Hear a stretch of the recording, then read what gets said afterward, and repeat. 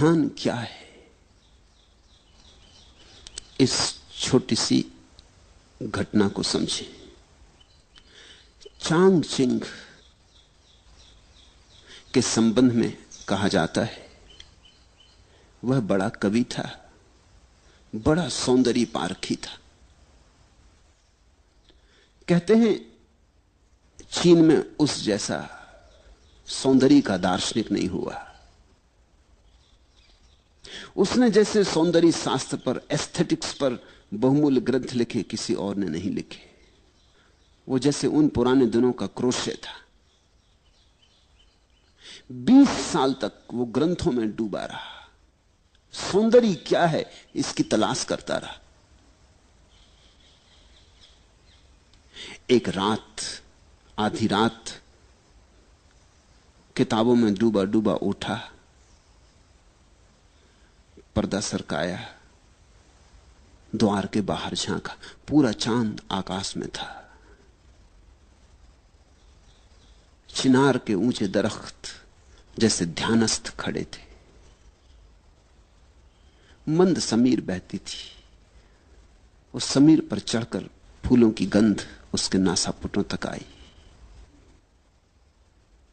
कोई एक पक्षी, जल पक्षी, जोर से चीखा और उस जल पक्षी की चीख में कुछ घटित हुआ, कुछ घट गया।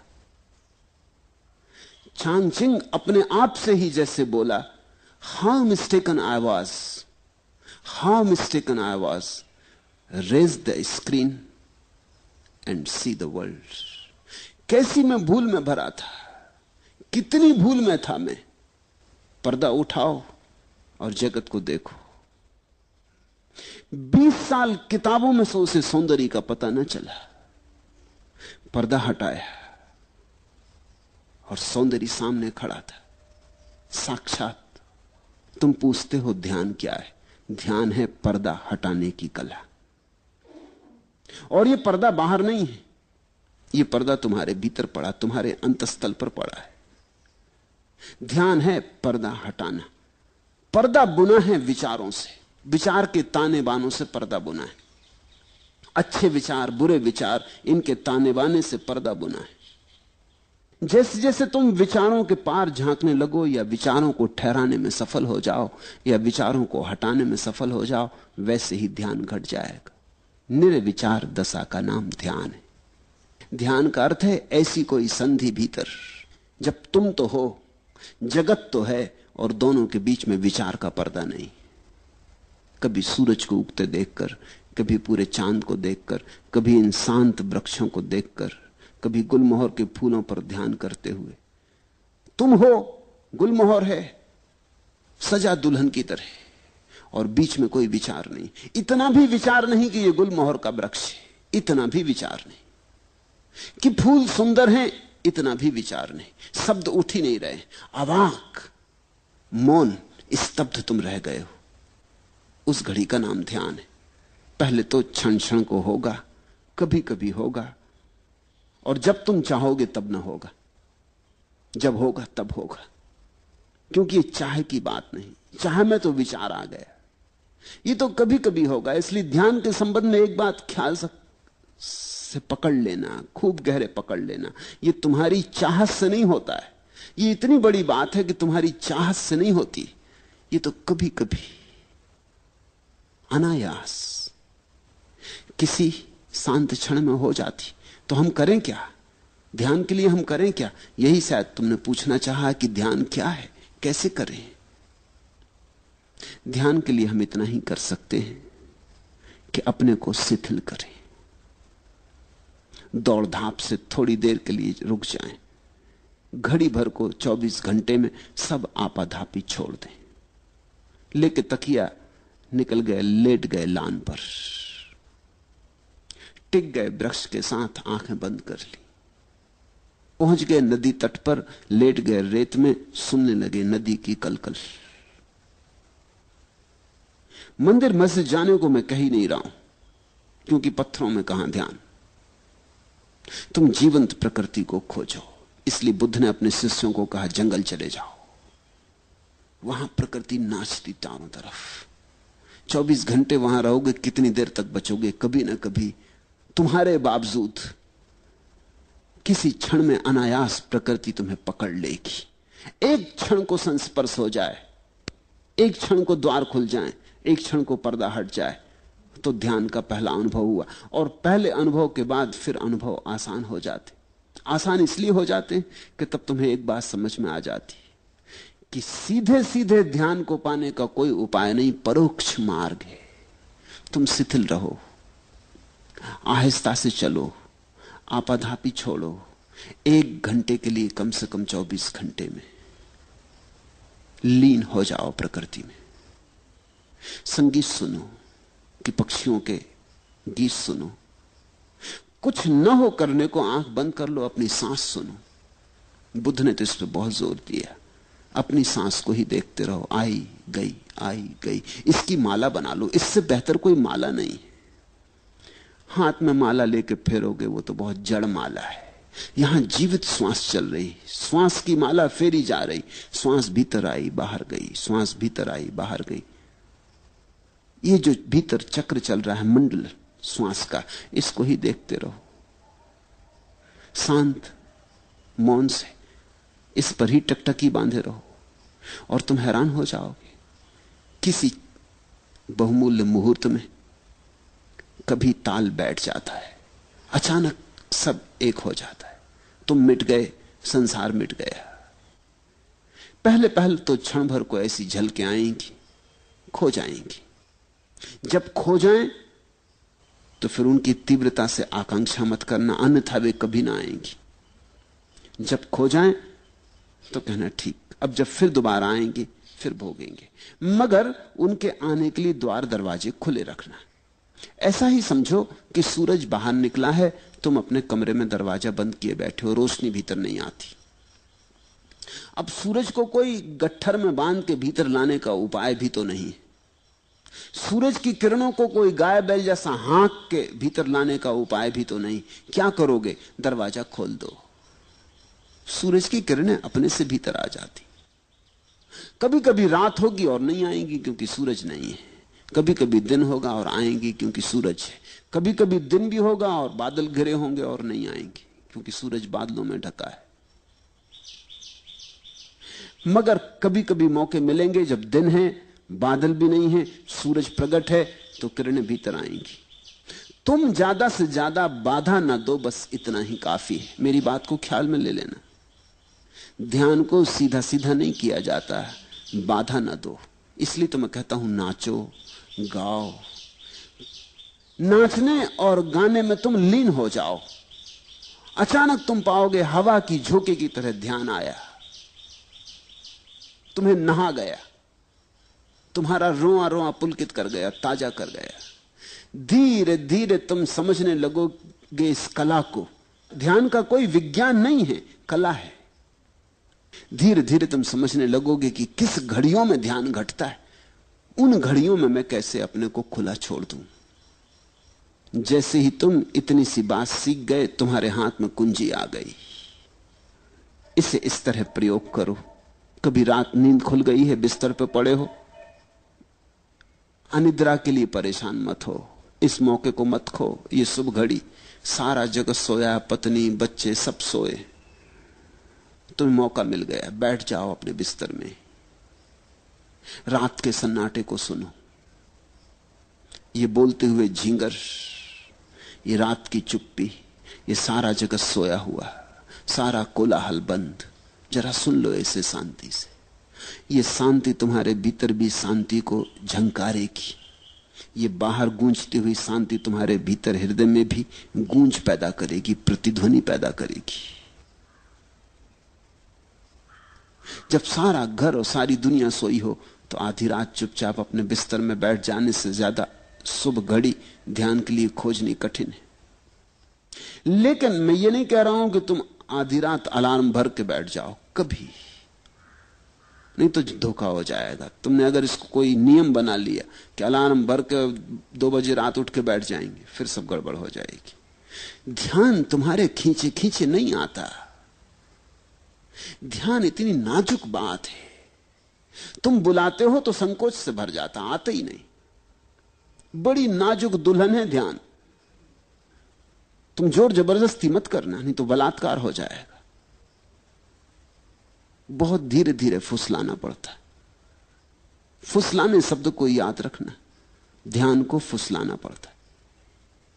फिर 24 घंटे में कभी भी हो सकता है, लेकिन ख्याल यही रखना कि फुसलाना है, आयोजन नहीं करना। नहीं तो लोग हैं कि रोज 5 बजे उठाए और बैठ गए ध्यान करने, जड़ की तरह, यंत्रवत, मशीन की तरह। नहीं, ऐसा ध्यान नहीं होता।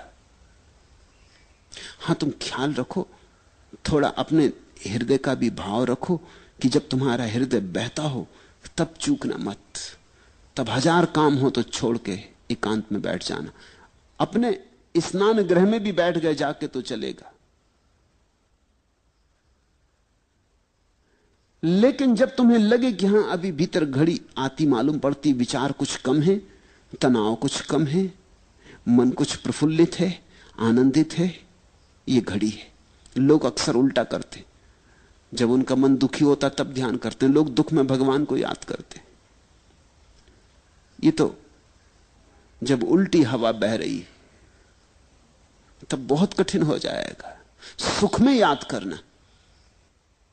इसलिए मेरे सूत्र अनूठे हैं। मैं तुमसे कहता हूं, जब तुम्हारा मन बड़ा सुखी मालूम पड़े,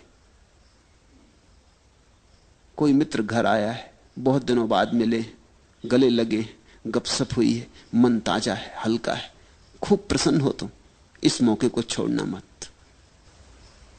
बैठ जाना एकांत में। इस घड़ी में सुख का सुर बज रहा है, परमात्मा बहुत करीब है। सुख का अर्थ ही होता है जब तुम्हारे जाने अनजाने परमात्मा करीब होता है, चाहे जानो चाहे ना जानो। सुख जब तुम्हारे भीतर बजता है तो उसका अर्थ हुआ कि परमात्मा तुमसे बहुत करीब आ गया। तुम किसी अनजाने मार्ग से घूमते घूमते परमात्मा के पास पहुंच गए हो। मंदिर करीब है, इसलिए सुख बज रहा है। इस घड़ी को चूकना मत।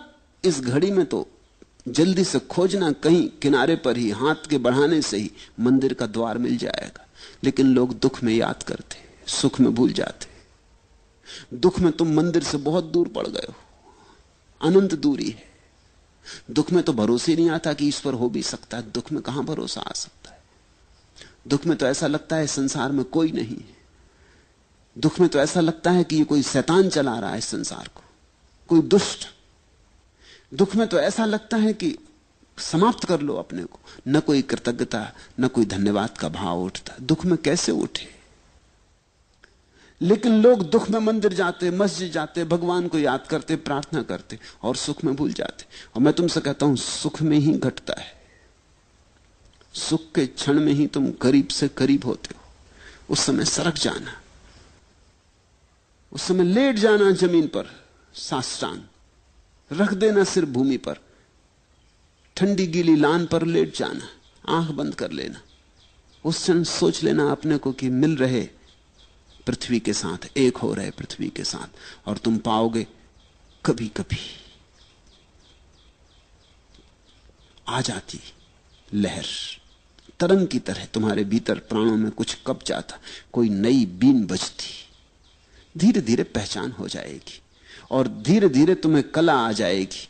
तुम धीरे धीरे पहचानने लगोगे कि कब इसके होने के क्षण होते, कैसी दशा होती तुम्हारी जब ये निकटता में घट जाती है बात, और कैसी दशा होती है तुम्हारी जब ये मुश्किल होती है बात। फिर तुम पहचान पे पड़ जाओगे। तुम्हारी आत्मविज्ञा, तुम्हारा प्रतिभिज्ञा, तुम्हारी पहचान धीरे धीरे साफ होने लगेगी। पहले तो अंधेरे में टटोलने जैसा है, मगर ध्यान घटता है। और कभी कभी तो उन लोगों को भी घटता है जिन्होंने ध्यान के संबंध में कुछ सोचा ही नहीं। अधार्मिकों को भी घटता है, क्योंकि ध्यान की कोई शर्त ही नहीं है। छोटे बच्चों को घट जाता है, छोटे बच्चों को ज्यादा घट जाता है जब बजाय बड़ों के। तितली के पीछे भाग रहा बच्चा, सुबह का सूरज निकला, भागा जा रहा तितली के पीछे, सब भूल जाता है, तितली ही सब हो गई, उसे याद ही नहीं रहती, खुद भी तितली जैसा उड़ा जा रहा। उस घड़ी ध्यान की झलक मिल जाती। लोग जीवन भर याद करते हैं कि बचपन में बड़ा सुख था। किस सुख की याद है ये? क्या तुम सोचते हो बचपन में तुम्हारे पास बहुत धन था? नहीं था, जरा भी नहीं था। 2-2 पैसे के लिए रोना पड़ता था, 1-1 पैसे के लिए बाप और मां के मोहताज होना पड़ता था। धन तो नहीं था। कोई बड़ा पद था? कहां से होता पद? सब तरह की झंझटें थी। स्कूल कारागृह था, जहां रोज रोज बांध के भेज दिए जाते थे, जहां बैठे बैठे सिवाय परेशान होते थे, कुछ समझ में ना पड़ता था, और हर कोई दबा देता था। बल भी नहीं था, हर एक छाती पे सवार था। तो बचपन में सुख कैसा था? न धन था, न पद था, न प्रतिष्ठा थी, न कोई सम्मान देता था। सुख हो कैसे सकता था? सुख कुछ और था।